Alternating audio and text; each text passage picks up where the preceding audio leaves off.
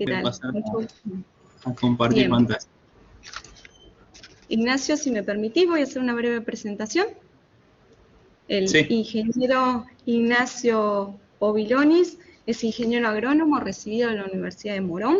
Actualmente está como becario doctoral del CONICET y la Universidad de Morón, haciendo estudios interdisciplinarios en Hexaclamis edulis, el uajay, una especie frutal nativa de Sudamérica con un potencial productivo y de interés como alimento funcional.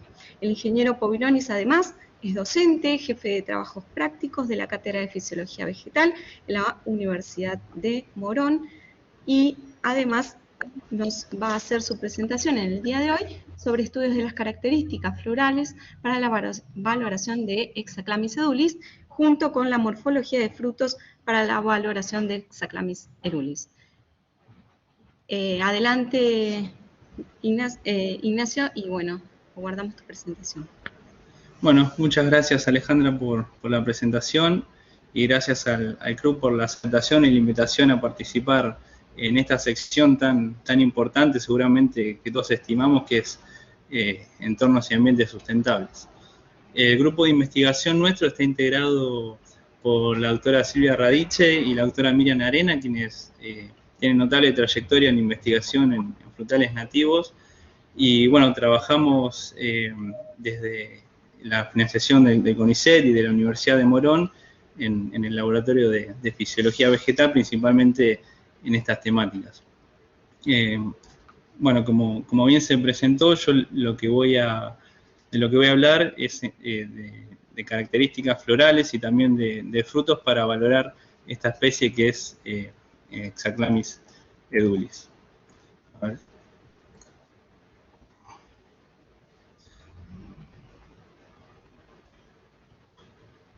Hexaclamis edulis o Eugenia myrciantes es una especie frutal que pertenece a la familia de las mirtáceas. Hexaclamis es un subgénero dentro de la familia de Eugenia, donde es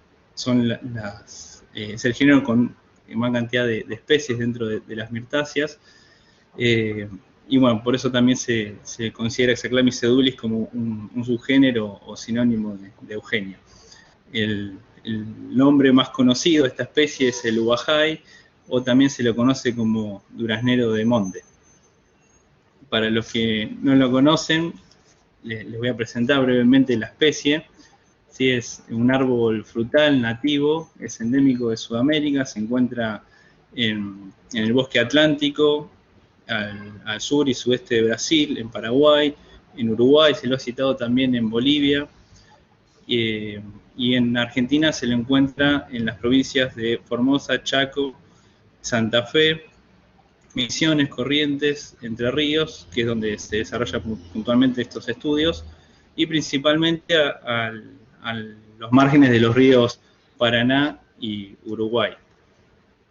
Como dijimos, pertenece a la familia de las mirtáceas, una familia con miles de especies, tal vez la más conocida es el eucalipto, y también hay otras especies frutales que son nativas y que tienen mucha importancia principalmente por sus frutos comestibles, como puede ser el guavillú, los guayabos, el arazá, tal vez más conocido la pitanga.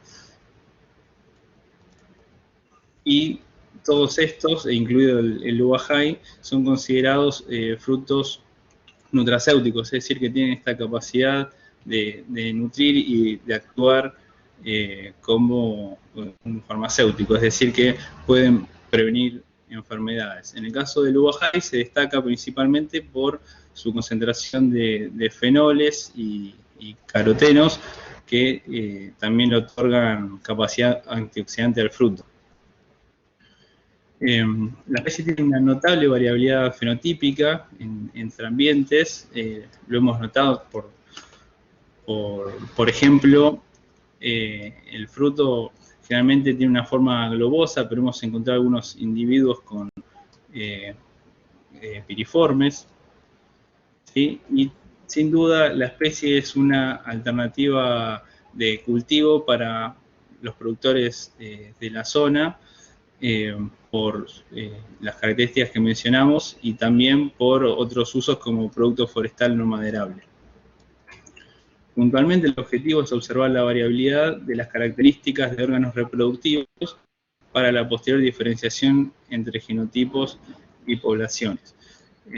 Este estudio se desarrolló en 3 poblaciones al margen del río Uruguay, Entre Ríos. Las poblaciones elegidas fueron Concordia, el Parque Nacional Palmar y Gualeguaychú. El muestreo se realizó en la primavera de 2019, en la primera semana de septiembre se muestrearon las flores y los órganos reproductivos, y en noviembre se realizó la cosecha de los frutos. Aproximadamente se muestrearon 15 genotipos adultos por cada población, y entre todas las variables ambientales que se estudiaron en cada sitio, se obtuvieron diferencias significativas, de las cuales ahora vamos a destacar las temperaturas medias de cada zona y las precipitaciones. Principalmente se diferenció la población del Palmar con Gualeguaychú. Los análisis que se realizaron para esta presentación son de componentes principales, ya que es un estudio multivariado, y ClassBiz, que son software que el equipo de investigación está incorporando en los últimos análisis. ClassBiz incluso se basa en R, pero tiene una visual más amigable. Entonces, las variables bajo estudio fueron el conteo de polen por cámara de Neubauer, diámetro de polen. Si se observan, los granos de polen son tricolpados, por lo que se midió el diámetro de la altura y de la base de los granos, el número de óvulos por flor, el número de semillas, el peso seco de flor, la relación de frutos-flores, es decir, por ramas se contaba la cantidad de flores y después la cantidad de frutos obtenidos, y la relación de semillas y óvulos.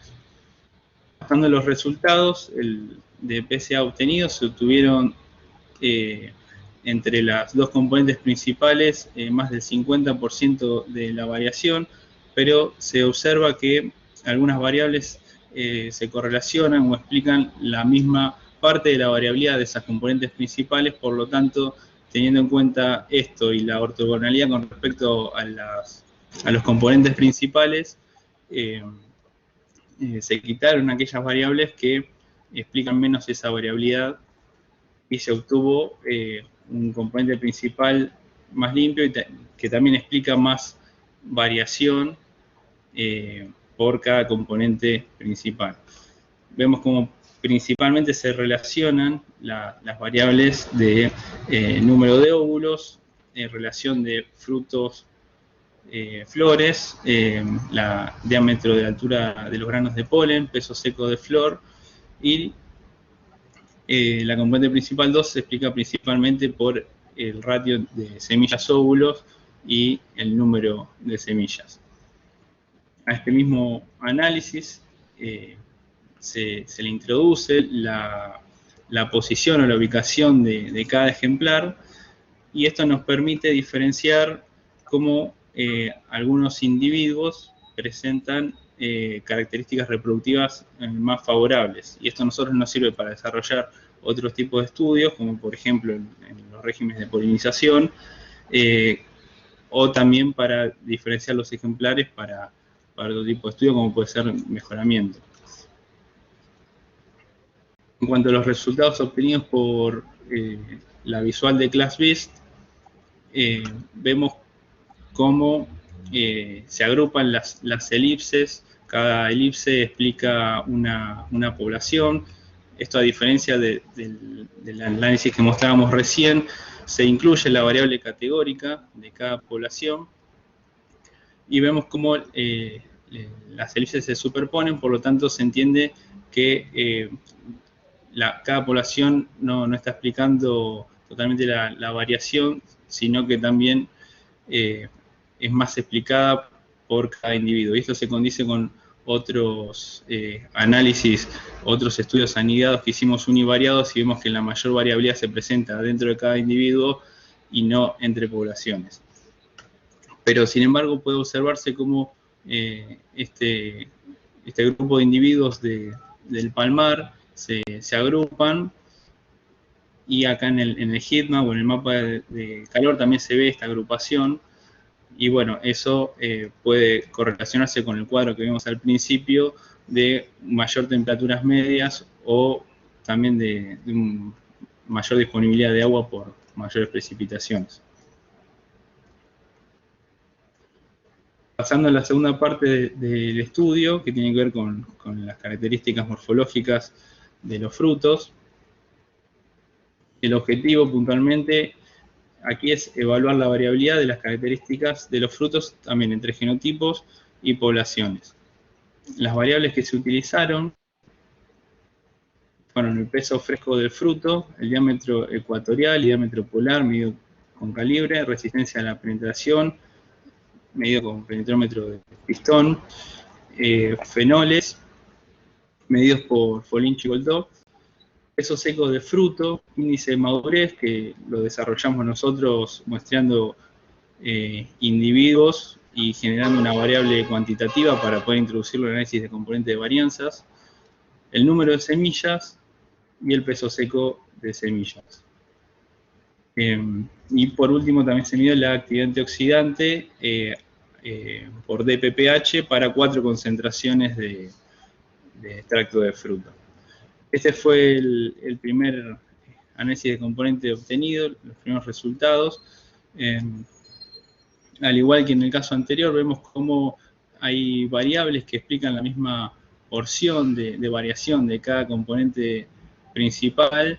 Y bueno, se descartaron aquellas que explican menos y aquellas que son menos ortogonales a los componentes principales. Y finalmente se obtuvo este resultado en el cual se muestra muy bien cómo a mayor índice de maduración se correlaciona también con los mayores tamaños de fruto, peso seco de semilla y los frutos más inmaduros, ¿sí? Porque la madurez se correlaciona positivamente con esta componente. Son a su vez los que tienen más concentración de fenoles y mayor actividad antioxidante. Y como la componente principal 1 explica mucho de la variación, explica prácticamente esta componente de solo 2/3, la otra componente explica mucho menos, pero entre las dos se explica más del 75%, lo cual es considerable. Cuando vemos la distribución de los individuos en el biplot, vemos cómo acá se agrupan los individuos que presentan o tienen mayor tamaños de fruto, y también se encontraron los frutos más maduros. Y en este extremo se agrupan aquellos individuos que presentaban en promedio los frutos más inmaduros, y este grupo, los 300, son a su vez de Gualeguaychú. En cuanto a la salida obtenida por ClassBiz, también se observa cómo hay una agrupación de las hélices, por lo tanto la variabilidad no está principalmente explicada por las poblaciones, sino que es principalmente intraindividuos, pero se observa una leve agrupación entre individuos de Gualeguaychú, y lo mismo se observa en el clúster. Tal vez acá en esta zona podemos ver cómo se agrupan principalmente individuos de Gualeguaychú, y dentro de este clúster más grande, individuos de Palmar. Y después en el heatmap se observa para cada variable cómo se correlacionan entre sí y entre los individuos. Es notable cómo el índice la mayor índice de madurez, es decir, aquellos individuos con fruto más maduro, presentan tamaños de frutos más grandes y presentan menores porcentajes de actividad antioxidante o menor concentración de fenoles. Finalmente, y para concluir, los resultados obtenidos confirman la presencia de plasticidad fenotípica tanto en los caracteres florales como de los frutos. Las características florales aceptadas explican un 64% de la variación entre las dos primeras componentes principales, y para las características de los frutos explican el 76% de la variación.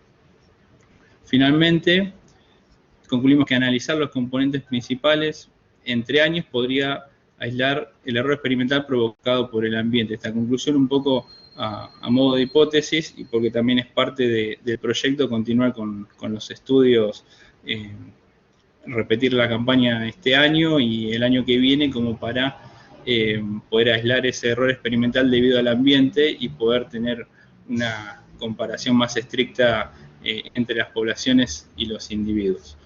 Finalmente, me gustaría agradecer a las instituciones que hacen posible estos estudios.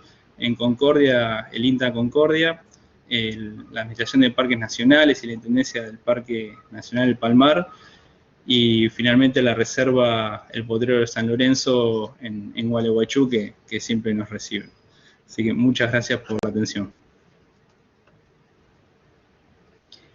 Muchas gracias, Ignacio, por tu presentación.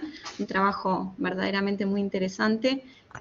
Así que bueno, quienes deseen hacerle alguna pregunta a Ignacio, tienen la sala de chat disponible, y hacia el final de las presentaciones les estaremos acercando las dudas, o si hay alguien que ahora quiera hacerle una consulta a Ignacio, también tiene la sala de chat disponible. De todas formas, dejo mi correo si surgen preguntas o alguien quiere contactarse con el grupo. Trabajamos siempre abiertamente, en equipo, y bueno, lo que decía recién, con otras instituciones, que es la mejor forma de trabajar, así que quedamos a disposición. Bueno, muchas gracias entonces, Ignacio. Si deseas dejar de compartir tu pantalla, vamos a recibir entonces a la siguiente investigadora, la licenciada Natalia Cáceres. Natalia.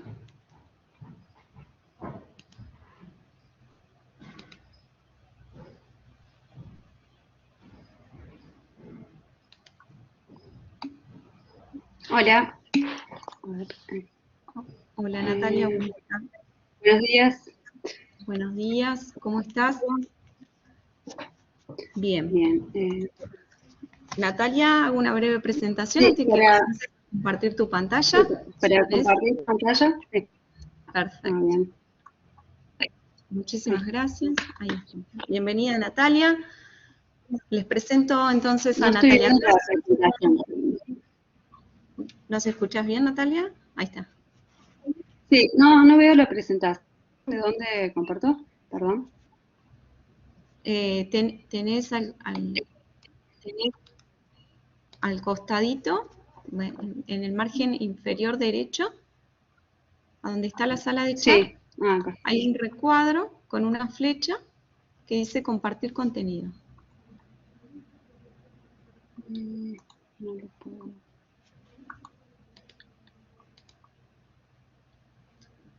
Ahí está. Perfecto. Bien. ¿No? Si no, puedo hacerlo yo, Natalia. No, si... no. A ver.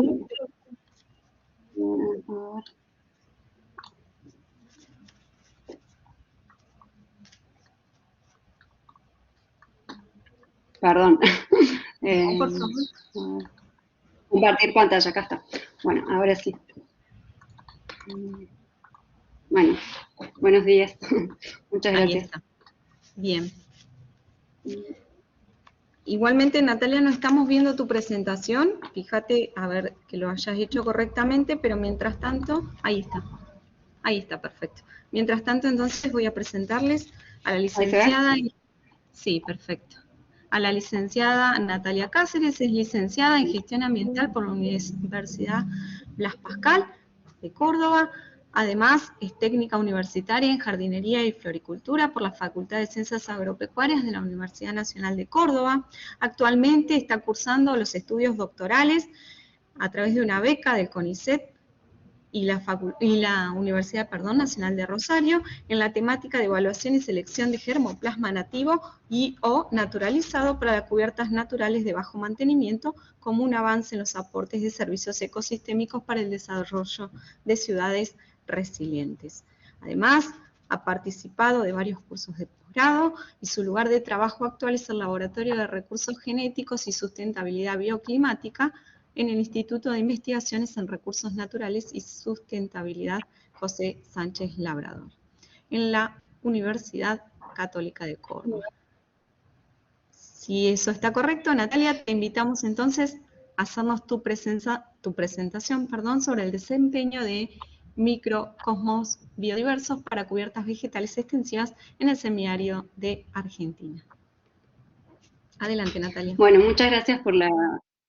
muchas gracias Alejandra por la presentación y la invitación. En esta oportunidad, como comentabas, yo les voy a hablar sobre los resultados de parte de mi tesis doctoral, en donde, bueno, el título de la charla es el desempeño de microcosmos biodiversos para cubiertas vegetales extensivas del semiárido de Argentina. Bueno, me dirige quien es directora, además del Laboratorio de Recursos Genéticos y Sustentabilidad Bioclimática, la doctora Inmoff, y me codirige el doctor Leonardo Galeto. Entonces, bueno, para comentarles un poco, digamos, la problemática que llevó a cabo el estudio del tema, brevemente podemos decir que el avance en el desarrollo de las ciudades, así como también el aumento de la población mundial, ha llevado, o está llevando, digamos, a una pérdida de espacios verdes y a un aumento de superficies impermeabilizadas. Como podemos ver en las imágenes de la derecha arriba, vemos unas imágenes aéreas del ejido municipal de la ciudad de Córdoba, en donde vemos cómo se está expandiendo la trama urbana, lo cual se traduce, digamos, en una imagen termográfica, en un aumento de la temperatura donde están estas superficies selladas y provocan, digamos, fenómenos como la isla de calor urbana y pérdida de biodiversidad, ¿no? Entonces, se están repensando las ciudades a través de alternativas o soluciones basadas en la naturaleza, en donde encontramos las cubiertas vegetadas, o más comúnmente llamados techos verdes. Estos son sistemas, digamos, que se colocan sobre la superficie o los techos de las construcciones edilicias y nos brindan servicios ecosistémicos para moderar estos fenómenos, como por ejemplo la isla de calor urbana, a través de la regulación térmica, tanto del enfriamiento hacia el interior del edificio como hacia el exterior, lo que nos ayuda a un ahorro energético. Además, otros servicios que brindan son, por ejemplo, la retención y la captación del agua de escorrentía para evitar inundaciones, o también brindan hábitat para numerosos organismos, ¿no? Para que se cumplan estos servicios ecosistémicos es importante el desempeño, y es fundamental el desempeño de la vegetación. Generalmente las condiciones que se generan en estos sistemas, sobre todo en aquellos extensivos, que se refieren a sistemas con una profundidad, digamos, de sustrato acotada de 15 centímetros, vemos que se emplean especies que estrés tolerantes en general, más que todo suculentas, y de un género particular, que es el sedum. Esto hace que los sistemas sean simplificados o homogéneos a un solo género. Entonces, no siempre se cumplen estos servicios. Por lo que hay una tendencia, digamos, hacia el aumento de la diversidad, y se tienen en cuenta las especies nativas, ya que están adaptadas a las condiciones microclimáticas locales. Y esto es importante, ya que, por ejemplo, en la ciudad de Córdoba, que presenta una amplia amplitud térmica, las condiciones en los techos verdes son extremas, ¿no? Ya que están expuestos a altas radiaciones solares, se tienen que adecuar a las precipitaciones locales, o a la profundidad del sustrato, a la composición, entre otras características. Entonces, bueno, parte del objetivo de la tesis y del trabajo que les presento es evaluar el desempeño de las especies seleccionadas por desempeño en cubiertas vegetadas o techos verdes en ensayos en microcosmos, considerando distintas combinaciones de especies. Para esto, para hacer esta evaluación en combinaciones poliespecíficas, se hizo previamente una caracterización y una selección de 16 especies, en donde seleccionamos por su desempeño 4 especies, donde encontramos la especie exótica, que es del género Sedum, que es usado a nivel mundial. Después usamos una herbácea rastrera, digamos, fue seleccionada también porque tuvo una cobertura mayor al 60%, una supervivencia mayor al 80%, al igual que esta especie de gramínea y la herbácea alta Grindelia, que es una asterácea. Entonces, estas especies además mostraron una capacidad de rebrote ante condiciones de estrés y también de resiembra, ¿no? Lo cual colabora o ayuda a la sostenibilidad en el tiempo del sistema. Entonces, para la evaluación en combinaciones poliespecíficas, se realizó un diseño experimental con 11 tratamientos con 3 repeticiones cada una, considerando las combinaciones de acuerdo de estas 4 especies, considerando las combinaciones de apares, digamos. Por ejemplo, la herbácea rastrera, Filanodiflora, con Eustaquis retusa, o las combinaciones de 3 especies, agregando, por ejemplo, Filanodiflora, Eustaquis retusa y el Sedunaque, y así todas las combinaciones posibles, hasta tener combinaciones con todas las especies. Esto se realizó a nivel de ensayo, a 1 metro de altura, digamos, en el campo experimental de la Universidad Católica de Córdoba, y se determinaron indicadores de desempeño vegetal. Ay, no dejé de compartir, perdón.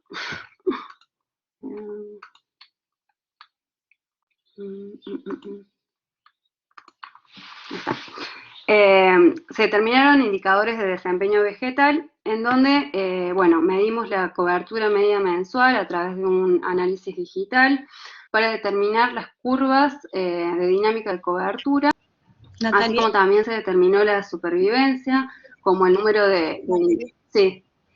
Dejamos de ver tu pantalla, ¿Sí? te estamos viendo únicamente a vos. Digo, por las dudas. Bueno.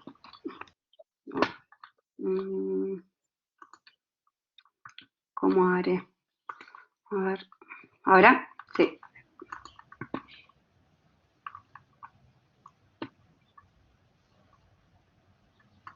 ¿Sí ahora se ve? Ahí está, perfecto. Ah, bueno, me estoy viendo yo, pero ahí está tu presentación, perfecto.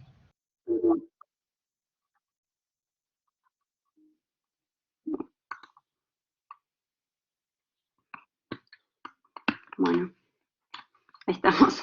Perdón. Entonces, los indicadores de desempeño vegetal que se emplearon para esta evaluación fueron el porcentaje de cobertura vegetal para generar curvas de dinámica de cobertura. Después medimos la supervivencia de los individuos de cada tratamiento y un indicador de desempeño de biodiversidad, que es la abundancia relativa, ya que nos interesaba también conocer qué pasaba dentro del tratamiento o de las combinaciones, digamos, el movimiento de las especies, el porcentaje de mortandad o de supervivencia que había. Entonces, bueno, esto se realizó del periodo de 2017 hasta noviembre de 2019, por un periodo de 2 años, digamos. En cuanto a los resultados que tuvimos, se dividió, digamos, para facilitar la lectura, en 2 años, lo que es la dinámica de cobertura. Tuvimos hacia el primer periodo, digamos, un desempeño de 5 tratamientos muy bueno, ya que tuvo una cobertura entre un 80 y un 100%, en donde vemos que hay 2 combinaciones que tienen 3 especies y una que tenía todas las especies juntas. Por otro lado, también tuvimos un buen resultado cuando combinamos las especies de herbácea rastrera y la suculenta, y la gramínea y la suculenta. Por otro lado, tuvimos un segundo grupo de una cobertura intermedia entre un 60 y un 79%, y un desempeño de combinaciones con las especies nativas que fue menor al 50%. Es importante, digamos, el porcentaje de cobertura y haber obtenido este resultado, ya que a nivel mundial, digamos, hay normas internacionales alemanas, digamos, que nos guiamos, ya que sugieren que una cobertura mayor a un 60% nos brindan estos servicios ecosistémicos de los cuales hablábamos. Entonces, bueno, seguimos evaluando hacia el segundo periodo de evaluación, vemos que hay una caída en lo que es el desempeño. Sin embargo, las combinaciones que veíamos en la imagen anterior, de 3 especies y de 4 especies, mantienen una cobertura de entre un 60 y un 80%. Y vemos cómo esto decae, digamos, para la época invernal y aumenta. Esta curva sigue, yo acá no los presenté, pero sigue aumentando, digamos, cuando empiezan las temperaturas altas. Después tenemos hay un grupo que nos mostró el segundo grupo, la cobertura es intermedia, entre un menos 45 y 60%, y un grupo más bajo que, como podemos ver, la combinación de herbácea rastrera y herbácea alta disminuye de un 45 a un 25%. Pero podemos ver que el grupo de, por ejemplo, donde estaban todas las nativas, aumenta a un porcentaje de un 60%. Si bien, bueno, se pueden después analizar bien los casos, vemos que hay mayor o menor dispersión entre los valores, entre las réplicas, digamos, de las combinaciones, vemos que las más estables fueron las del primer grupo. Entonces, aquí para mostrarles un poco cómo fue la dinámica entre el porcentaje de supervivencia y la cobertura, podemos ver en estos gráficos radiales que se muestra, digamos, una situación inicial con un porcentaje del 100% y una cobertura inicial también, que fue entre un 10 y un 15% entre los tratamientos. Entonces, hacia el primer año vemos la dinámica de ambas variables, en donde, por ejemplo, solo me voy a detener en 3 casos para mostrarles estas diferencias.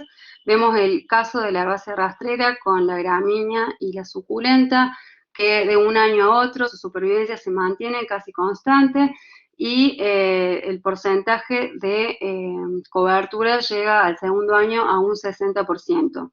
Por otro lado, vemos un caso contrastante, que es el caso de la herbácea rastrera y la herbácea alta, en donde aquí sí se ve una disminución en ambas variables. En otros casos vemos, por ejemplo, como veíamos, el caso de la combinación de todas las especies, vemos que hay una disminución en ambas variables y, bueno, en la siguiente diapositiva vamos a ver qué pasó dentro, digamos, del tratamiento con la supervivencia o la abundancia de cada una de las especies. Entonces, esto, como les decía, este indicador de biodiversidad nos muestra el número de individuos por especie. En estos gráficos de barra vemos cada barra corresponde a un tratamiento y cada color a cada especie. Que bueno, como decíamos, por ejemplo, el color lila es para la suculenta, el verde para la herbácea alta, el rojo para la gramínea y el celeste para la herbácea rastrera. Entonces podemos ver los casos con un desempeño en donde se fue notable y diferentes situaciones, en donde vemos que la supervivencia de ambas especies constituyentes del tratamiento disminuye de un año a otro, y sobre todo es más marcado en lo que es la herbácea alta, que es Grindelia gabriaria, que es una asterácea, y en el caso de las combinaciones con todas las especies también vemos que hay una disminución pareja entre las otras 3 especies, y sin embargo esta especie pierde gran parte de sus individuos. Sin embargo, bueno, es importante mencionar que esta especie nos ofrece una floración prolongada, que además, digamos, de la aceptación pública, que uno generalmente busca floración y es bien aceptado por el público, es importante porque contribuye, digamos, a la atracción de agentes polinizadores, sobre todo como las abejas, que sabemos que problema muy grande con esto. Entonces, bueno, lo consideramos una especie importante de incorporar en estos sistemas, u otras especies florales, como por ejemplo el género Glandularia, que también estudiamos en la cátedra, en el laboratorio. Por otro lado, y ya terminando, vemos los casos de 2 casos, la herbácea rastrera con las gramíneas, que fue el tratamiento que alcanzó el porcentaje más alto hacia el final del periodo de estudio, en donde sí vemos que hay una disminución de su supervivencia, pero esto se mantiene, digamos, uniforme entre las especies. Lo mismo ocurre para el caso de la herbácea rastrera con la gramínea y la suculenta, que genera hay una cierta uniformidad y en la comunidad de especies, digamos, vemos que no hubo una dominancia, digamos, entre ellas, sino que fue más parejo. Entonces, bueno, aquí simplemente les muestro la vista desde arriba de cada uno de los tratamientos del primer año y el segundo año, en donde de nuevo, yo para no marearlos tanto, les muestro estos casos, después si quieren podemos ver otros, donde vemos, bueno, la herbácea rastrera con la herbácea alta, que no alcanza una cobertura mayor al 50%, y el caso de la herbácea rastrera con la gramínea y la suculenta, que se ve que llega a una estabilidad o que no pierde tanta masa vegetal, digamos, en cuanto a cobertura de un año a otro.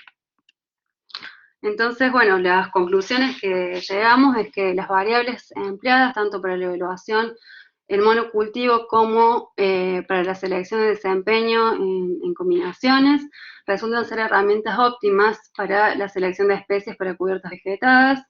Podemos decir que si bien luego de 2 años todas las combinaciones disminuyen en desempeño tanto en la cobertura como en supervivencia, se observó que 5 de 11 tratamientos presentan una cobertura entre un 60 y un 80% y una supervivencia mayor al 70%. En un sistema de bajo mantenimiento, ya que el aporte de riego fue mínimo y no se agregó ningún otro tipo de subsidio como fertilizantes u otros insumos. Por otro lado, también decirles que, bueno, que en general en los sistemas de cubiertas vegetadas extensivas hay estudios que muestran sí que hay una disminución en la composición inicial de las especies implantadas y se deja lugar, digamos, a la colonización de especies espontáneas.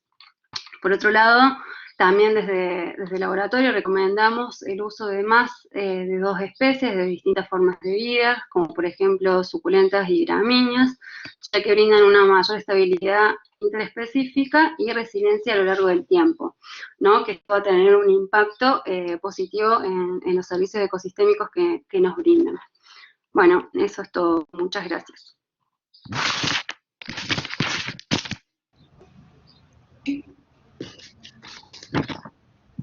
Natalia, muchísimas gracias. Felicitaciones, una excelente presentación. Si te parece bien, aquí el ingeniero Cuerda Romero te está haciendo una pregunta, te la paso.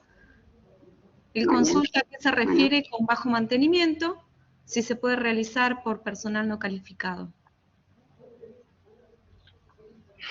El bajo mantenimiento nos referíamos a que al ser cubiertas extensivas, es decir, que son sistemas que se colocan, digamos, de profundidad de sustrato de 15 centímetros o menos, en general, digamos, se apunta a la sustentabilidad y a usar en regiones, ¿no?, semiáridas y áridas un bajo aporte de riego, sobre todo, o algún componente más como sería fertilizantes o nutrientes, y además, digamos, hacer estos mantenimientos de desmalezado, digamos. Nosotros hicimos porque nos interesaba ver el desempeño de las especies que estamos empleando. Perfecto, muchas gracias entonces. No sé si respondí. Muchas gracias. Bien. Le agradecemos la presentación entonces a la licenciada y pasamos a la siguiente presentación a cargo del ingeniero Martín Abela. Martín estuvo más temprano también haciendo su presentación en una charla. Martín. Sí, buen día a todos. Gracias, Alejandra. Bien, bueno, les presento al ingeniero ambiental Martín Abela, recibido en la Pontificia Universidad Católica Argentina. Martín, además, tiene como experiencia laboral haber trabajado en gerencia y logística y operaciones en los Tucos, Sociedad Anónima. Ha sido pasante en el Laboratorio de Maquinarias Térmicas de la Facultad de Ingeniería de la Universidad Católica Argentina y además es auditor en Environmental Research Management también durante los años 2008 y 2010. Martín también es miembro de CREA y socio adherente de la Fundación Barbechando. En esta oportunidad, Martín nos va a presentar la comparación de indicadores ambientales entre 4 secuencias agrícolas del establecimiento Los Tucos, sociedad anónima ubicada en la ciudad de General Pinto, en la provincia de Buenos Aires, aplicando el modelo Agro-Eco-Index. Sin más, la presentación de Martín. Adelante. Bueno, muchas gracias. Buen día a todos.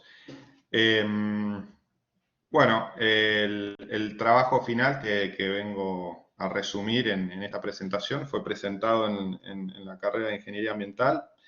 El director de carrera, el ingeniero Carlos Sacabini, y como tutor, el ingeniero en producción agropecuaria, Fernando Pérez Ezeiza. Esto fue en la Facultad de Ingeniería y Ciencias Agrarias de la UCA.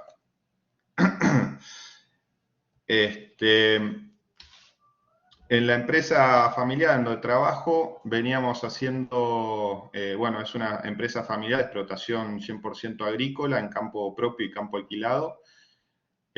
Somos un equipo de 8 personas y veníamos implementando la rotación clásica de tercios, ¿no? de trigo, soja de segunda, maíz y soja de primera en el tercer año.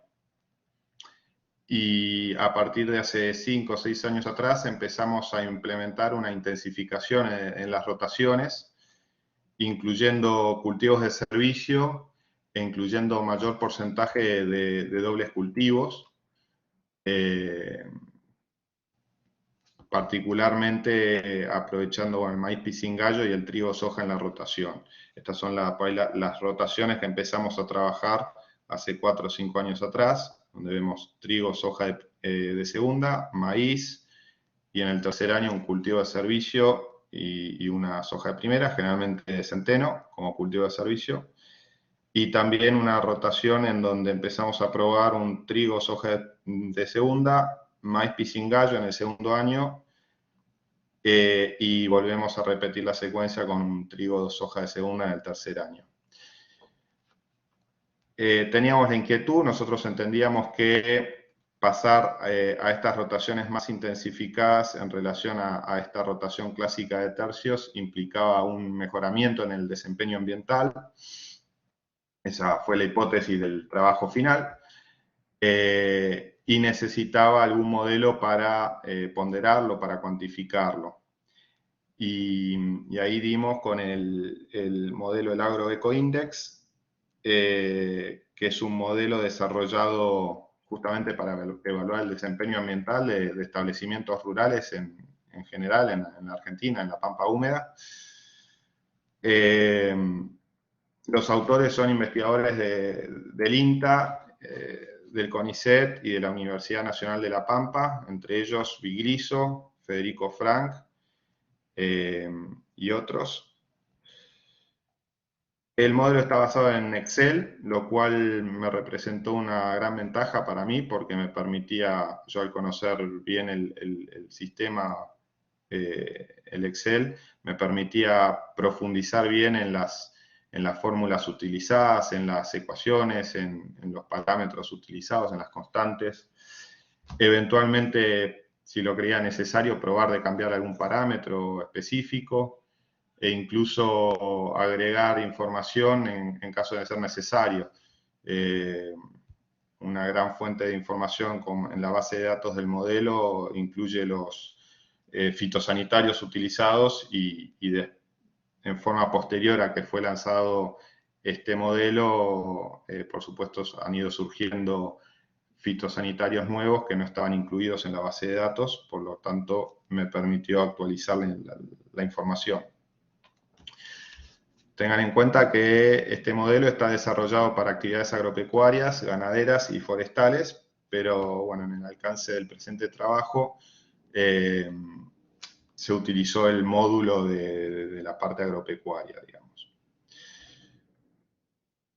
Mi abuelo del pájaro, para que tengan una idea, en el modelo como input uno le agrega los datos de la ubicación del establecimiento, las características edáficas y meteorológicas la región, de la zona donde está emplazado el establecimiento, la distribución actual del uso de la tierra, que incluye el cultivo sembrado, si está hecho en un sistema de labranza convencional o siembra directa, el rendimiento, etcétera. Y por supuesto todas las labores y los insumos que uno usa para producir ese cultivo. Y como outputs, el modelo brinda toda una batería de indicadores, que ahora lo vamos a ver en los resultados. Estos indicadores incluyen balance de energía, balance de nitrógeno y fósforo, cambio de stock de carbono en suelo, riesgo de contaminación por plaguicidas, riesgo de erosión hídrica y erosión eólica, balance de gases de efecto invernadero, consumo de agua, riesgo de impacto sobre el hábitat. Estos son los resultados obtenidos en la corrida del modelo, para que lean la tabla y no sea... en esta columna tenemos todos los indicadores, en esta columna tenemos lo que son las unidades. Esta columna representa a una situación de monocultivo de soja, que también lo quise correr para incluirlo en la comparación. Esta columna representa la rotación clásica de tercios. Esta es la que incluye el cultivo de servicio en la rotación. Y esta es la que incluye el pisingallo en el segundo año y se repite trigo-soja en el tercer año. Se colorearon cada uno de los indicadores, comparando cada rotación, se colorearon de color verde los de mejor desempeño ambiental y hacia el rojo los de peor desempeño ambiental. A golpe de vista se ve como la rotación, las dos rotaciones de mejor desempeño ambiental son la clásica y la que incluye el cultivo de servicio, superando posiblemente la de cultivo de servicio en general a la rotación clásica. Algunos comentarios con respecto a los resultados. En el caso del balance de nitrógeno, el modelo me arrojó unos valores de balance bastante por debajo de estos valores. Me llamó la atención y cuando revisé la metodología de cálculo, vi que se usaba como aporte de fijación biológica de nitrógeno de la soja, se usaba un valor que tal vez era menos de la mitad de lo que yo entendía de acuerdo a la bibliografía estudiada. Entonces cambié el parámetro del valor de aporte de N por fijación biológica y obtuve estos nuevos resultados que se ajustan bastante mejor a la realidad. Y de la misma manera, el resultado del cambio de stock de carbono en el suelo me llamó la atención porque no coincide con la bibliografía y lo que, digamos, la información a la que uno puede acceder, en donde, de acuerdo a este modelo, el monocultivo de soja se comporta mejor con respecto al cambio de stock de carbono en el suelo que rotaciones más intensificadas y debería ser al revés. Por eso propongo una revisión en la metodología de cálculo para este indicador. Y para ir terminando, las conclusiones, bueno, se verificó la hipótesis de que las rotaciones más intensificadas presentaron en el modelo elegido mejor desempeño ambiental que las secuencias menos identificadas. Se observó que la rotación que incluye el cultivo de cobertura es la que más agua consume. Esto era importante en la empresa para analizarlo, porque tenemos un problema de excesos hídricos en la zona donde trabajamos, por lo cual nos interesaba particularmente este indicador. Y bueno, y se propone realizar en futuros trabajos una revisión de la metodología de cálculo para determinar los indicadores de balance de nitrógeno y cambio de stock de carbono en el suelo. Bueno, eso es todo. Muchas gracias. Muchas gracias, Martín. Aguardamos a alguno de los participantes que quiera hacerle alguna consulta a Martín sobre su exposición.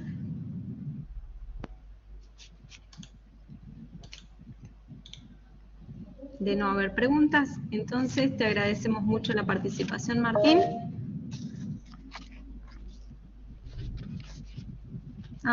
Fernando Pérez Ezeiza está levantando la mano. Fernando. ¿Qué tal, Alejandra? Muchas gracias. Felicitaciones, Martín, y a todos los expositores anteriores también. Nada, quería felicitar a Martín también. Tuve el agrado de ser su tutor y, sobre todo, esto que destaca él, ¿no? Que permitió no solo más allá de correr el modelo de su establecimiento, sino también permitió una revisión del mismo, que la idea es seguir una línea con los investigadores que desarrollaron el modelo. Así que nada, felicitarlo por eso y a todos los que expusieron. Así que bueno, gracias y gracias, Martín, también por permitirme ser tu director. Gracias. Gracias, Fernando. Bueno, muchísimas gracias, Fernando, por la intervención. Si les parece bien, continuamos con la siguiente expositora, la ingeniera Marisa Lourdes Maidana. Marisa, perdón. Marisa. Hola, ¿me escuchan? Sí, te escuchamos algo bajito, Bien. Marisa, pero te escuchamos bien. Bueno, voy a tratar de hablar más fuerte. Bueno, yo soy en realidad soy estudiante de la Universidad de Morón, la carrera de Ingeniería Agronómica. Este trabajo lo hice junto a Patricia Cafano, ella es ingeniera agrónoma, miembro del INTA de Castelar. Y voy a hablar sobre la estimación de la pérdida de suelo por erosión hídrica utilizando parcelas móviles de erosión. Bueno, Marisa, si me permitís, te presento brevemente, así podés empezar tu presentación. Si querés, puedes compartirla o compartir tu pantalla. Entonces, brevemente les presento a Marisa Lourdes Maidana. Marisa Lourdes es estudiante de la Facultad de Agronomía de la Universidad de Morón. Actualmente es becaria de investigación y va a ser la encargada de presentar entonces el proyecto titulado Los avances en la estimación de la pérdida de suelo por erosión hídrica utilizando parcelas de erosión y análisis de escurrimiento. Marisa, todo tuyo. Bueno, muchas gracias, buen día a todos. A modo de introducción voy a hablar un poco de lo que se trata la erosión hídrica, que es uno de los procesos de degradación de las tierras agrícolas de mayor importancia a nivel mundial. Se considera que este proceso comienza con el impacto de la gota de lluvia sobre el suelo, que produce un desprendimiento, que posteriormente se deposita en la zona más baja de menor pendiente. Por tal motivo, se determina que la lluvia y el escurrimiento asociados son los principales factores desencadenantes de este proceso. Involucra procesos de desprendimiento, transporte y posterior sedimentación del suelo. Bueno, en la siguiente diapositiva podemos observar una cárcava de San Pedro, que es la mayor forma de erosión hídrica. En la segunda fotografía, el escurrimiento de una zona de azul y de las tropos. Bueno, las causas principales en Argentina son el monocultivo, la falta de rotación de los cultivos, el desmonte, la expansión de la frontera agrícola, el sobrepastoreo, incendio de bosques y pastizales, labranzas inadecuadas, la escasa adopción de tecnología conservacionista, el avance de la urbanización sobre las tierras agrícolas. La falta de planificación está generando serios problemas de degradación de los recursos naturales y contaminación ambiental. También hay contaminación porque en estos procesos de erosiones también se producen arrastres de agroquímicos que se utilizan para los cultivos. Bueno, y además de la pérdida de recursos productivos.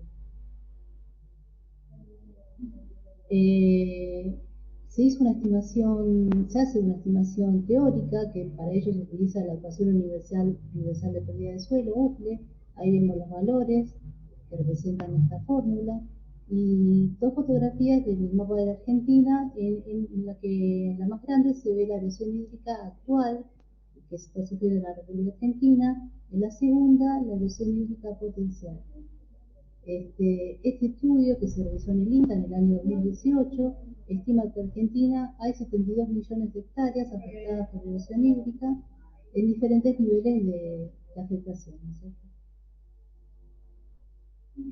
Bueno, para la medición de los escurrimientos se utilizaron parcelas móviles de erosión. Se les llama parcelas móviles porque se las puede transportar de un lugar a otro. En la antigüedad eran de concreto, estaban fijas. Estas, a diferencia de las demás, se pueden transportar. La construcción es sencilla, se hace con chapas de zinc, están superpuestas a 2 centímetros, enterradas 10 centímetros, llevan un abultamiento de material de suelo en las uniones para evitar que se produzca un encharcamiento, y se dirige al tanque colector. Bueno, el objetivo del siguiente trabajo es analizar y evaluar los resultados de las parcelas, de los descubrimientos que se desarrollan en el INTA en un periodo que va desde 2016 hasta 2018, estableciendo si las pérdidas por erosión hídrica aumentaron, disminuyeron o se mantuvieron constantes en relación a estudios anteriores, relacionando el periodo de mayores precipitaciones con las pérdidas por erosión hídrica, determinando cuáles serían los meses más afectados para actuar sobre ello en cuanto a las medidas a tomar y a los cultivos a implantar, y determinando campos y los valores de migración corresponden con los estimados en la zona norte de la provincia de Buenos Aires. Esta metodología consta de 2 etapas. La primera es a campo, donde se utilizan las parcelas móviles que ya les había mostrado, y la segunda parte se realiza en laboratorio, donde se procede al secado y posterior pesado de las muestras que se obtienen de las parcelas móviles, los escurrimientos y de los sedimentos. Acá está un poco más en detalle cómo son las parcelas móviles. Poseen 15 metros de largo y 4 metros de ancho, se instalan a favor de la pendiente. Ambos escurrimientos son conducidos a una primera caja abierta, aunque posteriormente se dirige a una segunda caja que se recoge un décimo de los escurrimientos, posee 5 derivadores y van a un tanque colector. De los escurrimientos que no van a este tanque colector son conducidos fuera del sistema mediante derivadores. Bueno, y en el laboratorio lo que se procede es a la recolección de los escurrimientos en un recipiente de 2 litros, se homogeneiza la muestra. La muestra es filtrada con ayuda de una bomba de vacío, pasa a través de un papel de filtro previamente secado en estufa, cuyo peso es considerado como tara y es pesado en balanza analítica. Las muestras se secan en estufa hasta peso constante y se pesan en balanza analítica. Bueno, las precipitaciones son colectadas en un fluímetro al lado de las parcelas y muestran la erosividad de las precipitaciones a partir de los 13 milímetros. Se considera que estas lluvias son erosivas a partir de los 13 milímetros, como dice Ekman y Smith. Ahí el siguiente se puede ver un gráfico donde se relaciona la lámina escurrida con las precipitaciones. Se observa que a partir de los 13 milímetros se observan los escurrimientos. En estas precipitaciones no solo es importante la cantidad, o sea, no solamente los 13 milímetros, sino también la intensidad. Se pueden observar también que hay valores mayores a 13 milímetros que no provocaron escurrimientos. Esto se debe a que no fueron intensas. Bueno, en el siguiente gráfico se vincula las precipitaciones cuantificadas en el fluidómetro en milímetros y los sedimentos por parcela. Se observa que existe una mayor cantidad de sedimentos en la parcela 2, que es de 597,81 kilogramos por hectárea, con la mayor cantidad de milímetros obtenidos en el fluidómetro entre 60 y 80 milímetros. También se observan 2 picos de sedimentos en la parcela 1 y 2, de 28 y 36 milímetros de kilómetro, considerando que en mayores valores de precipitación, mayores serán los valores de sedimento obtenidos por tratarse de lluvias erosivas que superan los 13 milímetros. Y bueno, ya cerrando un poco el tema, los avances de los resultados analizados indican una relación entre la generación de sedimentos en los escurrimientos y las precipitaciones mayores a 13 milímetros consideradas erosivas. Es necesario continuar analizando las intensidades de las precipitaciones para llegar a los valores de pérdida de suelo y poder relacionar con las estimaciones realizadas con base de datos. Bueno, eso es todo. Yo quería agradecer a la ingeniera Patricia Carpano, que fue con la que realicé este proyecto, y a la Universidad de Morón. Muchas gracias. Bueno, muchísimas gracias. Muy interesante la presentación. Les agradecemos a quienes tengan alguna consulta para Marisa, se la puedan hacer a través del chat.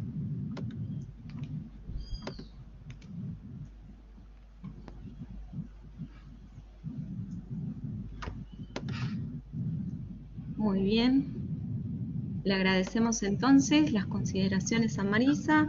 Excelente presentación. Y continuamos con el siguiente expositor, en este caso, Silvana Lucía Caldato. Hola, Sí, Silvana. buenos días a todos. Buenos Perdón por la días. demora, estaba en otra sala, así que estoy cargando la presentación. Perfecto. Antes de que continúe Silvana, voy a hacer una breve presentación. Silvana Lucía Caldato es graduada en Ingeniería Forestal por la Universidad Federal de Santa María, en Brasil. También es máster en Ingeniería Forestal por la Universidad Federal de Santa María y doctora en Ingeniería Forestal también por la misma universidad. Además, es docente en la Universidad de El Salvador, a través de la delegación del campus San Roque González de Santa Cruz, en la Cátedra Botánica Agrícola 1 y 2. Además, también es consultora forestal del área de actuación en medio ambiente, silvicultura, vivero, instalaciones y análisis de estadísticas de ensayo. En este caso, la doctora Silvana hará su presentación en el uso del agua en plantaciones de Pinus taeda en el nordeste argentino. Silvana, adelante. Muchas gracias por la presentación. Buenos días a todos. Hoy entonces voy a hablar del uso del agua en plantaciones de Pinus taeda en el nordeste argentino. Esa investigación fue un trabajo con la participación de muchas entidades como la USAL, la UCAR, el CONICET, la Universidad Nacional del Nordeste y la empresa CMPC. Los objetivos es caracterizar entonces los flujos hídricos en plantaciones de pinos, considerando entonces para eso el crecimiento de los árboles, la distribución de la precipitación, la tasa de transpiración y para calcular el balance hídrico y la eficiencia en el uso del agua. Con materiales y métodos tenemos que saber entonces para atingir los objetivos el crecimiento de los árboles y del rodal. Para eso fueron instaladas parcelas permanentes, una parcela principal donde estaban todos los sensores de 1000 metros cuadrados, donde mensualmente se medía el diámetro, la altura, el diámetro de copa viva, la longitud de copa viva y además de esa parcela, parcelas externas para poder extrapolar el crecimiento a nivel de rodal. Bueno, cuando se inició el estudio, la plantación tenía 8 años de edad y una densidad de casi 800 plantas por hectárea. Al segundo año, a los 9 años, entonces, al segundo año del estudio, se hizo un raleo, bajando la densidad a 400 plantas por hectárea. Voy a hablar un poco de la distribución de la precipitación para después poder calcular todo el balance. Bueno, necesitamos saber entonces la precipitación global del área. Para eso fueron instalados pluviómetros en un área abierta y cercana a la plantación. Para saber el agua de la precipitación que llega, o sea, en el piso del bosque, de la forestación, fueron instalados 12 pluviómetros en 4 posiciones, o sea, cerca del árbol, entre líneas, en el líneo y en diagonal, en 4 árboles, para poder captar el agua que llega acá en el piso. También vimos otro componente que es el agua que pasa por el fuste del árbol. Entonces, para eso hay que estudiar cómo es, cuantificar el escurrimiento por el tronco, ¿no? Fueron instalados 12 colectores caulinares, tiene esa estructura donde el agua que pasa por el tronco, por el fuste, es almacenado en estos bidones. También, siguiendo con la distribución, fue analizado el agua que transcola por el mantillo, la transcolación por el mantillo, y bueno, con eso se saca el agua que queda retenido, entonces la retención por el mantillo que vuelve entonces por la evapotranspiración. Para calcular la interceptación, que es el agua de la precipitación, que es interceptada, que queda retenida en las copas, en el dosel de la plantación de los árboles. Hay una fórmula para calcular que es de la precipitación global.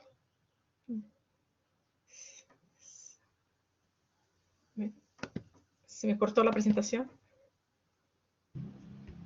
Sí, Silvana. Ahí está. Voy de vuelta. Ahí estamos. A ver dónde estaba. Acá, interceptación. Sí, entonces se calcula de la precipitación global menos la que llega a la interna más la que pasa por el tronco. Entonces con eso podemos calcular lo que queda en las copas. También estudiamos la humedad del suelo en la zona cercana a las raíces a diferentes profundidades de hasta 40 centímetros. Otro aspecto para analizar el balance hídrico es la transpiración. En este caso fue por el sistema de Granier, que es con termocúpulas y sensores, donde esos sensores miden la temperatura, uno es calentado y otro no, entonces genera un delta de temperatura y con eso se puede calcular el flujo, sabiendo el área conductora, el flujo y con eso la transpiración.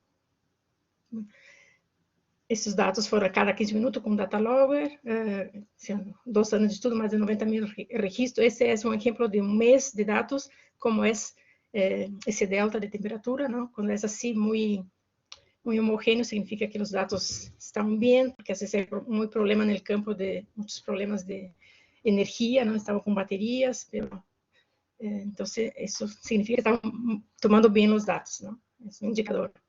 El balanzo hídrico que calculamos, entonces, considerando la precipitación global menos todo que la evapotranspiración, que ahí considera la interceptación, la transpiración y la retención por el mantillo. También calculamos, entonces, con estos datos, la eficiencia en el uso del agua. Como resultados, mostramos que, por ejemplo, el área conductora que es necesaria conocer para poder calcular la transpiración, en el pinos no es muy fácil de ver, o sea, por ejemplo, de calcular. Hay que calcular porque en otras especies los 2 centímetros más externos, acá es, por ejemplo, acá está la médula del fuste, entonces 2 centímetros más externos generalmente son la albura, perdón. Pero en el caso del pinus no es así, o sea, acá vemos que los 4 centímetros más externos, el flujo pasa por ahí, o casi 70%, pero puede seguir un poquito más interno hasta la médula casi. Otros resultados de transpiración, acá vemos los litros transpirados por hora, entonces vemos que la gran actividad va de las 10 horas hasta las 17 horas, entonces esa es la gran actividad de transpiración y tiene su pico máximo a las 13 horas. ¿Sí? Es el gran promedio de todos los datos, esta distribución de la transpiración, ¿sí? La actividad de la fotosíntesis. Este gráfico muestra, las barras en verde muestra entonces los litros transpirados por árbol por día. Entonces el promedio, acá muestra, es de 28 litros por árbol día, pero hay una estacionalidad. Por ejemplo, acá vemos que en verano más transpira, ¿sí? Y también hay una correlatividad con la temperatura, que es esa línea en negro. Entonces, en los meses más calurosos también mayor transpiración y también una correlatividad positiva con la radiación, ¿sí? También los meses más calurosos en verano, ¿sí? La línea en azul muestra la precipitación global, o sea, la distribución de la lluvia, y la roja, la sumatoria de la evapotranspiración. Vemos que el balance, después vamos a mostrar en la próxima lámina, es positivo, pero hay periodos donde llueve muy poco, que la transpiración es mayor, entonces hay como un déficit hídrico, ¿no? Principalmente en el invierno, 3-4 puntos, un poco de déficit, donde es muy baja la precipitación y los árboles siguen transpirando y creciendo, porque el invierno acá en la zona no es muy rígido, ¿sí? Entonces hay un déficit. Pero si vemos la lámina de balance hídrico, el balance final es positivo, por lo menos por el periodo estudiado, ¿no? Y las condiciones del estudio, ¿sí? Vemos que acá vemos los diferentes componentes del flujo en milímetros y en porcentaje de la precipitación global. Entonces, acá diferentes años de estudio y en condiciones de manejo pre y post-raleo, cómo representa eso en porcentaje para el balance final. Podemos ver algunos de esos componentes, por ejemplo, que pasaba por el tronco, vemos que antes del raleo era 3,5, 3,7, eso no cambió mucho, ¿sí? Pero la precipitación interna, sí, por ejemplo, antes del raleo, 72, después pasó, dejando 400 árboles, 79% de la precipitación. Lo mismo ocurrió con la interceptación, que de 24 interceptaba las copas y bajó a 17%, que quedaba interceptado, ¿no? Bueno, si uno hace acá en el balance final, antes del raleo era el agua, o sea, el balance positivo, 42% de la precipitación quedaba libre por el sistema, no era utilizado por la evapotranspiración. A eso no estoy pasando. Se enloqueció. A ver, volvemos. Acá. Y post-raleo, bajando el número de árboles, aumenta, entonces el balance es más positivo, ¿no? 60% del agua que llega es liberada nuevamente no es utilizada por la forestación, ¿sí? Citando muchos números, ¿no? Algunos datos. Como conclusiones, la transpiración media por árbol ya fue de 28 litros, que varía en función de la época del año y también el diámetro, está correlacionado con el diámetro de los árboles más grandes transpiran más.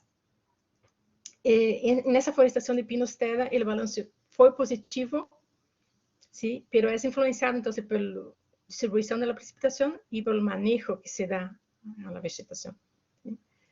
El promedio de la evapotranspiración representó entonces 50% de la precipitación global, lo que usó del recurso hídrico, ¿sí? Y los cálculos de eficiencia, llegamos que para producir 1 kilo de masa seca de fustal, o sea, del fuste, del tronco del árbol, se necesitan 868 litros de agua, ¿sí? Entonces, con esos resultados se puede concluir, por las condiciones estudiadas, ¿no?, que esas plantaciones forestales son compatibles con las condiciones hídricas de la región. No hay un déficit severo, ¿no? Hay como un agua que puede volver al sistema. ¿Sí? Muchas gracias. A disposición. Muchas gracias, Silvana, entonces, por tu presentación.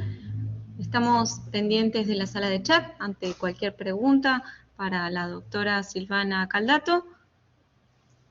Verdaderamente muy interesante la investigación. Aparte, gracias.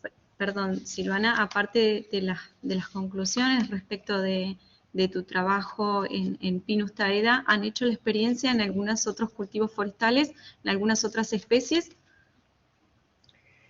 Nosotros particularmente no, pero conozco estudios que se han realizado en Brasil y también en la zona de Entre Ríos para eucaliptos, ¿sí? Y también conozco estudios que se realizaron acá en Misiones para bosques nativos también, o sea, hay varios estudios en ese sentido, pero sí, como viste, es un tipo de investigación que requiere muchos recursos, ¿sí?, y tiempo. Pero hay datos. Pero esa investigación es un PIA, o sea que es público, está disponible, pues, si alguien quiere leer todo, más detalle, ¿no? Bueno, le agradecemos a Marisa y bueno, si alguien requiere de los datos de investigación, Marisa nos los puede alcanzar vía correo electrónico y se los haremos presentes. Muchísimas gracias, Marisa, por la presentación y continuamos con nuestro siguiente presentador. ¿Qué tal, Alejandra? ¿Cómo estás? ¿Qué tal, Juan Manuel Cuerda Romero? ¿Cómo estás, Juan Manuel? Lo voy a presentar brevemente. Juan Manuel es ingeniero civil, recibido en la Pontificia Universidad Católica Argentina. Tiene una orientación en ingeniería de estructuras e hidráulicas. Además, Juan trabaja como ayudante de cátedra en estabilidad 2 y en estabilidad uno y dos, o dos solamente. En ambas, en ambas. En ambas, Sí, sí. muy bien. Como ayudante de cátedra, él nos va a hacer su presentación en esta jornada de su proyecto, que es la invariancia hidrológica e hidráulica en cuencas periurbanas del Gran Buenos Aires. Juan Manuel. Ahí no sé si se puede ver. Se puede ver perfectamente tu pantalla, sí. Perfecto. Bueno, mi trabajo para lograr el título de Juan, grado... Sí. Si querés pasarlo a modo de presentación. A ver. Ahí está, Ahora, perfecto. ahí se ve, perfecto. Excelente. Gracias, Alejandra. No, por favor. Bueno, el trabajo de la invariancia hidrológica e hidráulica en cuencas periurbanas del Gran Buenos Aires fue realizado para terminar mi título de grado de la carrera de Ingeniería Civil, y surgió de la necesidad de cuantificar cuánto afectaba el crecimiento poblacional en el comportamiento de una cuenca. El parámetro que se utilizó, o los parámetros que se utilizaron para cuantificar este impacto fueron, por un lado, el aumento del porcentaje de hipermeabilidad en una cuenca urbana debido al crecimiento o el aumento de la cantidad de viviendas, y el aumento de las cantidades en términos de longitud de las conducciones. Y para eso se compararon dos periodos de tiempo, el 2004-2020. Y para proporcionar una solución a esta problemática, se analizó la invarianza hidrológica e hidráulica, que es un concepto tendiente a mantener las condiciones posteriores a un proyecto, para que las condiciones posteriores a ese proyecto se mantengan inalteradas. O sea, quiere decir que la escorrentía previa al proyecto se tenga que mantener igual luego del proyecto, igual o en determinados límites. Y además, en entremedio, conectando esos dos puntos, se estudió la incertidumbre y el impacto que tiene el tiempo de concentración en este tipo de análisis. Por supuesto, conté con la colaboración de mis tutores Susana Viñez, Rafael Seoane y el ingeniero Ignacio Martín Arzuaga. La cuenca de estudio fue la cuenca del arroyo Albuera, perteneciente a la cuenca del arroyo Claro, perteneciente a su vez a una cuenca más grande, que es la cuenca del río Luján. Si bien es una cuenca pequeña, tiene la particularidad de que se encuentra en el perímetro de una gran urbe, que es la Ciudad Autónoma de Buenos Aires, y por lo tanto, dada el conocido crecimiento de la población, sufrió un gran impacto de la misma. Además de todo esto, de la cantidad de población y el aumento del porcentaje de impermeabilidad, se notó que la gran parte de la cuenca estaba canalizada o tenía construidas las conducciones, alrededor de 17 kilómetros, perdón. Puntos a tener en cuenta para el análisis fueron el área de promoción, el triángulo, que básicamente es un área que se fomentó en la construcción de grandes naves industriales, por lo tanto, grandes aumentos del porcentaje de impermeabilidad. Luego el acceso norte de Ramal Pilar, que es que actuó como una barrera artificial a la planicie de inundación, que más adelante veremos. Y después una zona particular que la llamamos zona Hiroshima, que es donde mayor es la vulnerabilidad social y donde más recurrentes son las inundaciones. Para que vean más o menos el impacto antrópico de la zona, se ve claramente, comparativamente entre el año 2004 y 2020, que hubo un crecimiento no solo de la zona de la cuenca baja, que digamos, correspondió a las naves industriales que anteriormente mencioné, sino que también, como todo es un fenómeno conocido en las afueras de la ciudad, ocurrió la construcción de los barrios privados o barrios cerrados, que son muy comunes en las afueras de la ciudad, que ocuparon zonas que antes, por supuesto, no estaban construidas y, bueno, pasaron a estar construidas por estos desarrollos inmobiliarios.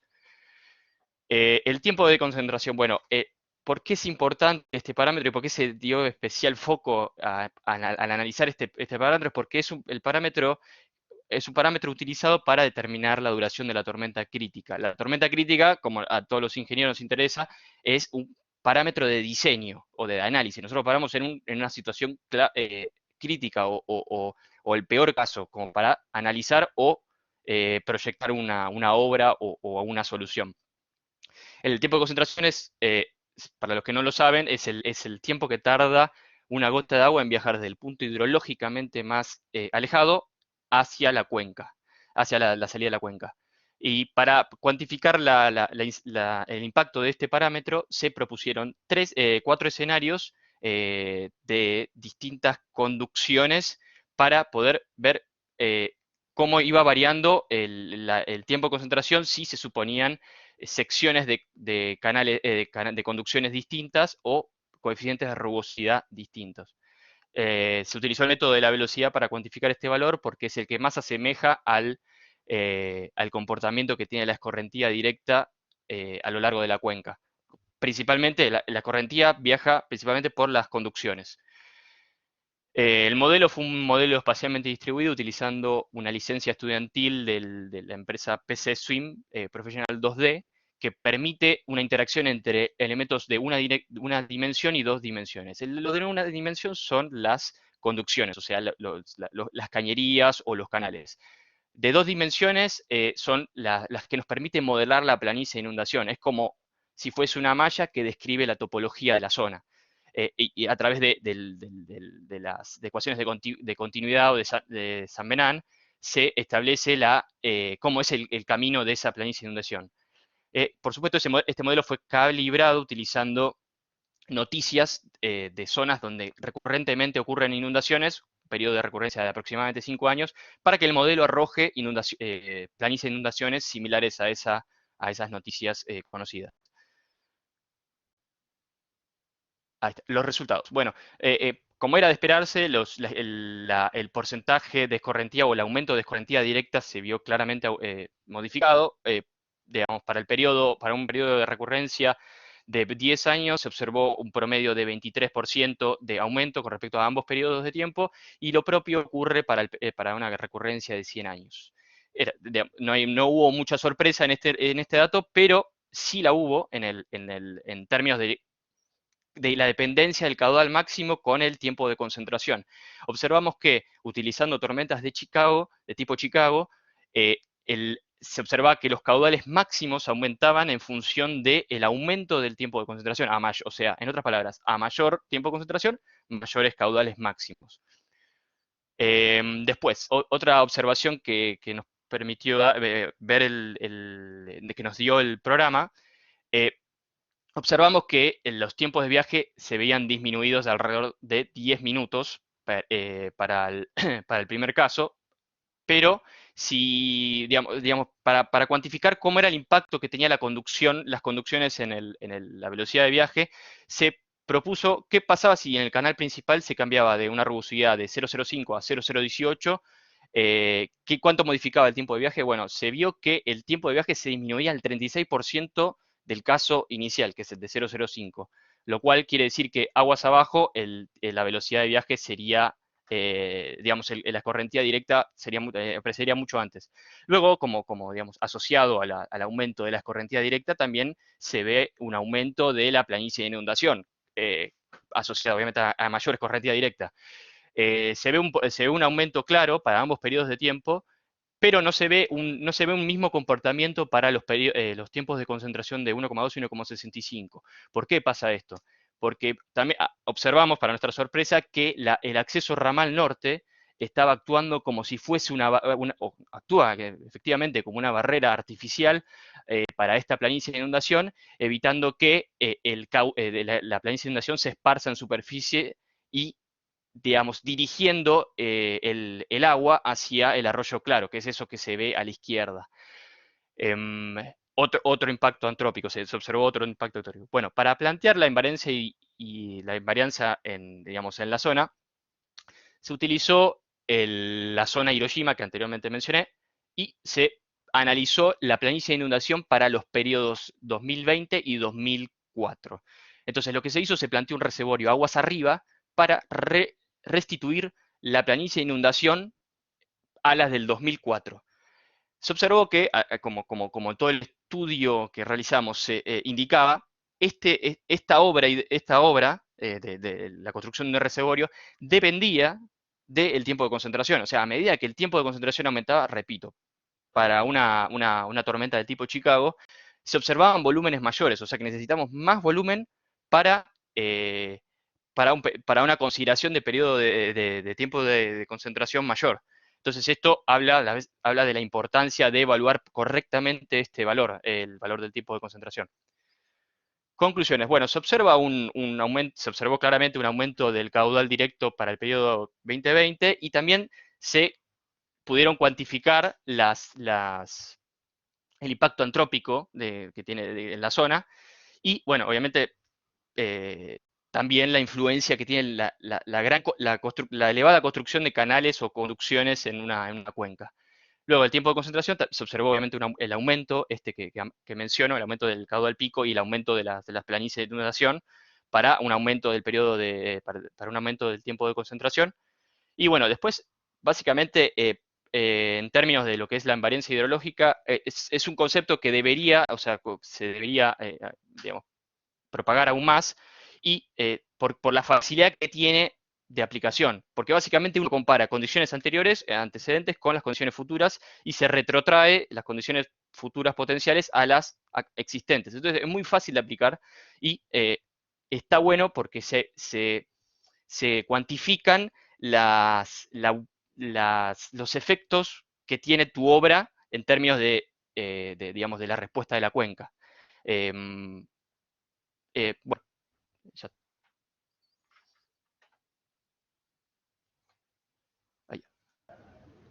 Muchas gracias, Juan Manuel. Muy interesante la propuesta, verdaderamente es fundamental evaluar el crecimiento de las áreas urbanas y los impactos que esto tiene, sobre todo en el manejo de cuencas hidrográficas, y cómo ese manejo deficitario muchas veces impacta negativamente, ¿no?, en las poblaciones y tienen una serie de inconvenientes. Te agradecemos, muy interesante la presentación. Los mails de contactos de Juan Manuel estaban en la presentación. Aquellos que deseen, no pasa nada, Juan. Claro. Aquellos que deseen hacerle alguna consulta a él o al equipo de investigación, se pueden contactar con nosotros y les haremos llegar los contactos. Si no hay preguntas para Juan, pasamos entonces a nuestra última presentadora, Estefanía Castañón. Estefanía. Gracias, Juan.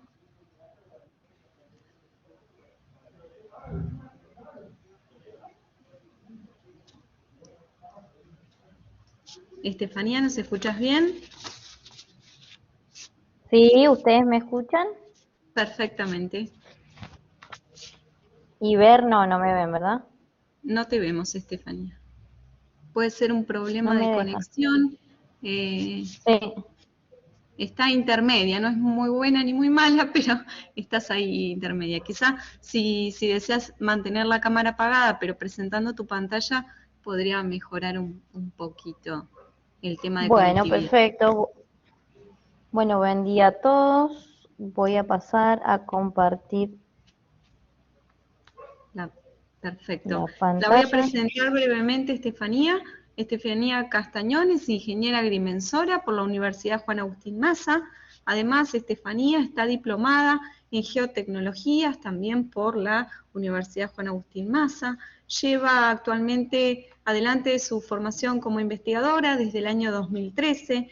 Se encuentra participando y trabajando dentro del Instituto de Geotecnologías de la Universidad Juan Agustín Maza y nos trae ahora su presentación.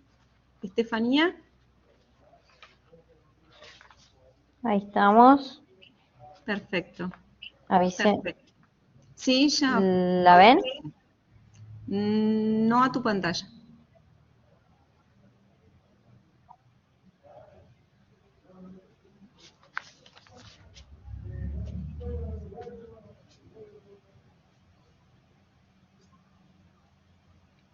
En teoría se está cargando. Ahí está. Ahí se ve muy bien. Perfecto. Si querés ponerla en modo presentación, aguardamos un segundo. Sí, eso es lo que está cargando. Sí, perfecto. Estefanía va a hacer su presentación sobre la revisión del estado de conocimiento sobre estructuras sismogenéticas en la provincia de Mendoza.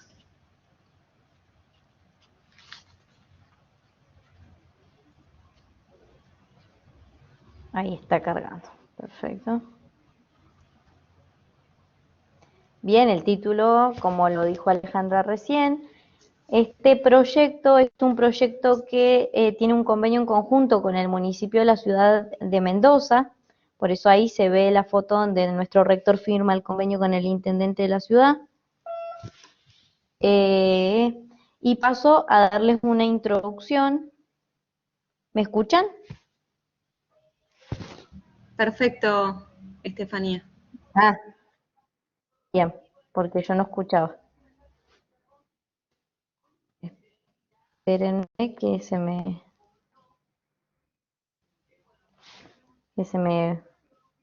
fue. Ahí está. Ahí está. Paso a introducirlos entonces. La provincia de Mendoza, como para que tengan una idea, para muchos que quizás no conocen, se caracteriza en gran parte de su territorio por una variedad de geoformas que lo determinan en cuanto a sus procesos morfodinámicos. Dentro del territorio que compone Mendoza, también nos encontramos con, aparte de la cordillera, que es lo que todos conocemos en general, tenemos una parte de precordillera y un piedemonte, que es lo más cercano que existe al área urbana o suburbana de cada parte de la provincia, ¿bien? Entonces, en este caso, nosotros lo que hacemos es estar estudiando la parte sur y específicamente la parte que abarca la ciudad de Mendoza, por el convenio que nosotros tenemos. Así que, en función de eso, nosotros trabajamos sobre todo la importancia de los riesgos naturales que son inherentes a esa zona o a esa área en estudio, ¿bien? ¿Por qué? Porque ya vamos a ver, como ven, está el mapa de la ciudad de Mendoza y la parte que se encuentra hacia la izquierda, para que ustedes se puedan ubicar, cerca de la Universidad Nacional de Cuyo, es la zona pedemontana. Esa zona pedemontana no solo está cubierta por formaciones rocosas, sino que actualmente y desde hace un tiempo existe un gran crecimiento, por así decirlo, de urbano que cada vez se expande más. Entonces, por eso nosotros nos abocamos a trabajar sobre los riesgos que la pueden llegar a afectar para que el municipio pueda, bajo nuestros datos y nuestras investigaciones, tratar de trabajar sobre ello. Ya, dado y teniendo en cuenta que esto es un hecho consolidado, ¿verdad? Acá les muestro otro mapa bien clarito donde está Mendoza y específicamente un barrio que se llama La Favorita. Nosotros en particular trabajamos sobre ese barrio y sobre sus alrededores, pero este barrio tiene características muy particulares porque fue un barrio que lo creó en sí el gobierno y está sumamente consolidado, entonces es un barrio muy grande, el cual está expuesto a gran cantidad de riesgos, que ya vamos a ver qué tipos de riesgos son los que pueden llegar a afectarlo. Y como ven a la derecha tenemos una imagen satelital donde se puede observar hasta dónde llega la zona urbana y cómo inmediatamente comienza la zona montañosa, precordillerana, y pegado entre la precordillera y la zona urbana tendríamos el pedemonte. Este pedemonte tiene una pendiente de gran importancia, por eso es que es muy importante estudiarlo. ¿Ven? Y en la imagen que acaba de aparecer van a ver esa mancha blanca que se ve arriba a la izquierda. Ese es el barrio La Favorita. Fíjense que está pegadísimo a la montaña. Para seguir, les voy a comentar cuáles son los objetivos que nosotros nos planteamos como equipo para poder trabajar en este proyecto en conjunto con el municipio. En primera instancia nos propusimos generar cartografía de la zona, zonificando y jerarquizando las estructuras que en ellas se encuentran y que nos permitan también establecer los riesgos geológicos e hidrológicos del área. en función de la cartografía que podamos crear. Cabe destacar que nosotros, al tener un convenio con el municipio, ellos nos hacen gran aporte de lo que es el material de vuelos con dron y alguno que otro tipo de recurso que ellos sí lo exponen y quizás nosotros no lo hubiésemos podido conseguir. Diseñar a la vez un plan de gestión social, educativo, estructural y comunicacional para esas comunidades que se encuentran habitando en el área de estudio ante la vulnerabilidad de estos procesos que pueden y que han sucedido. Elaborar propuestas de acción y gestión que favorezcan la gestión integral de los recursos hídricos en las cuencas aluvionales pedemontanas. ¿Por qué?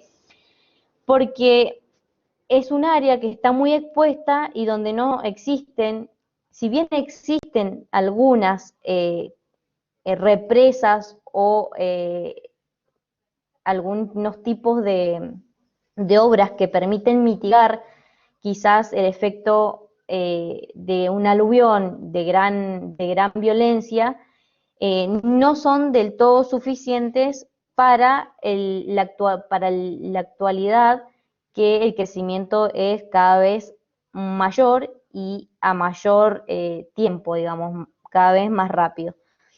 Realizar una adecuada y actualizada caracterización del riesgo sísmico y aluvional local, lo que les comentaba recién, caracterizar bien qué tipo de riesgo y cómo puede llegar a afectar en la zona cada uno de ellos. Y proponer medidas de bajo costo que permitan disminuir la vulnerabilidad de la población, sobre todo siempre trabajando en visión para la población.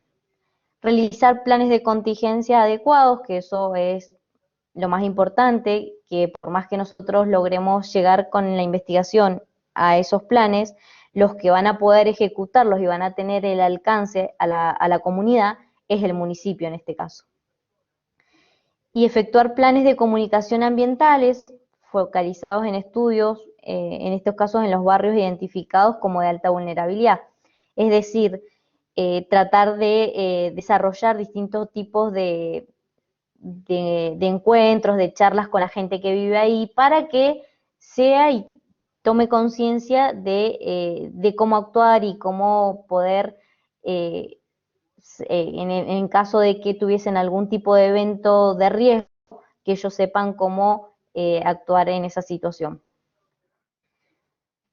Paso a comentarles que en el lugar que estamos trabajando, que como les comenté es el complejo habitacional La Favorita, este barrio cuenta con, a su vez, es, digamos, un complejo habitacional, por así decirlo, que cuenta con 32 barrios, 6 asentamientos nuevos a la fecha de hoy y un total de 22.000 habitantes, que se ve afectado por los siguientes riesgos, como les comentaba. Ese es el centro de lo que nosotros tratamos de lograr llegar. Tenemos dos tipos de riesgos, los riesgos sísmicos y los riesgos, y el riesgo sísmico y el riesgo hidrológico, que ahí está mal puesto. Por un lado, el riesgo sísmico que tiene esa área de estudio se encuentra afectado por 4 fallas geológicas, para que se den una idea, con una actividad reciente comprobable. Entonces nos encontramos ante un área que no solo posee un riesgo de tipo aluvional, sino que también lo afecta al sísmico, como lo es la zona de Mendoza, y más en esta zona de estudio. Entonces esas son las 4 fallas: la falla del Cristo, la falla Cerro de la Gloria, la falla Divisadero Largo y la falla Punta del Agua. Esas son las 4 fallas que inciden sobre el área de estudio. Y respecto al riesgo hidrológico aluvional, tenemos 3 cuencas: la cuenca San Isidro, la cuenca Papagayos y la cuenca Frías. O sea que, para que tengamos en cuenta, no solo nuestra área de estudio se ve afectada por riesgos de desastre sísmico, sino también aluvional. En este mapa que ven, van a poder observar todo lo que es verde es la precordillera, como les contaba. Todo lo que es blanco es el pedemonte, que es nuestra área de estudio, y acá aproximadamente donde yo les marco, es donde estaría la parte pedemontana de la ciudad de Mendoza. Las líneas rojas que ustedes ven les pueden marcar las pendientes con las que se pueden encontrar en el terreno. Imagínense, para nosotros esto fue importante lograr conocer el terreno en este aspecto. ¿Por qué? Porque en cuanto a riesgo aluvional, la pendiente hace que sea de gran peligrosidad cada vez que existe una tormenta en alta montaña, y quizás en la ciudad no se ve reflejada, pero el agua al correr por esa pendiente significa gran riesgo para esa población o esos asentamientos que se encuentran ubicados debajo. En este caso vamos a ver un mapa donde pudimos plasmar las fallas, como les comentaba, que afectan el área de estudio.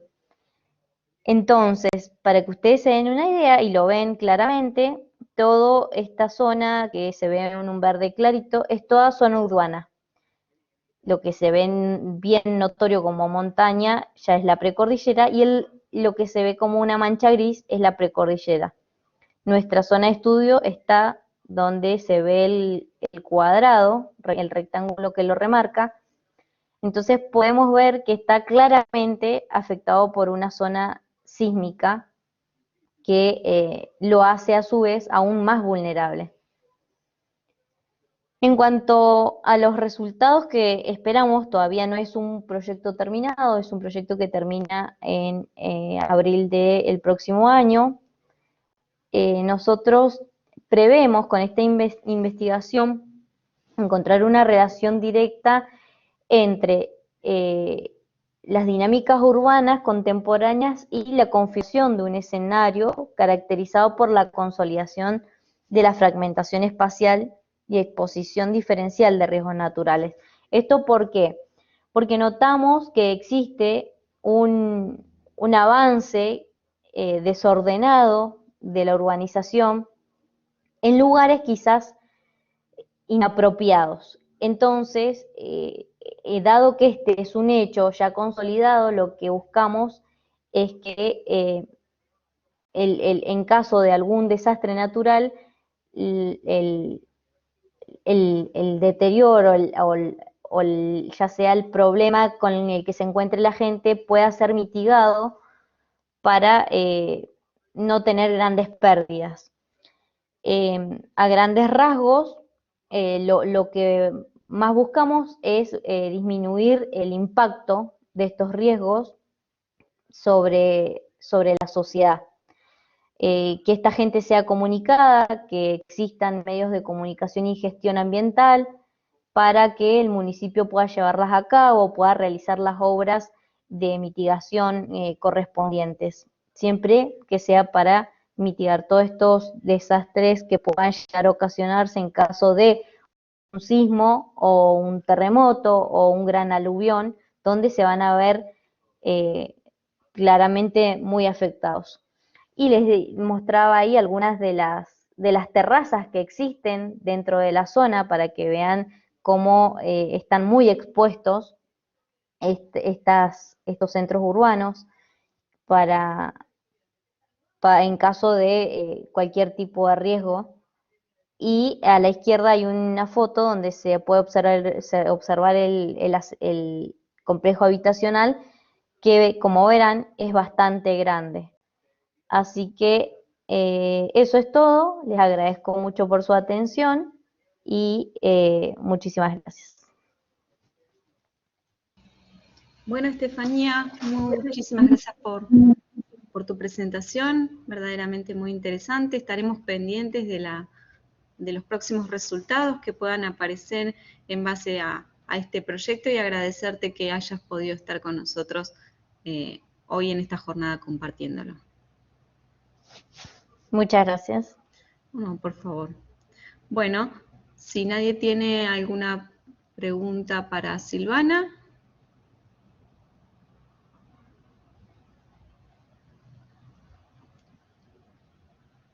Perfecto. Bueno, les agradecemos entonces a todos los expositores que han participado en este bloque F sobre entornos ambiente y entornos sustentables. Espero que podamos continuar en contacto. Les agradecemos a todos la paciencia que han tenido en el orden de exposición y les mando un cordial saludo nuevamente desde el equipo organizador de la SUBA de Agronomía por la predisposición, y esperamos tenerlos en las cuartas jornadas a realizarse, si Dios quiere, en 2 años. Así que muchas gracias, un abrazo cordial desde Entre Ríos a todos, y les dejo mi contacto por cualquier duda o consulta, pueden hacerlo a través del correo electrónico. Muchas gracias. Hasta luego. Hasta luego. Gracias.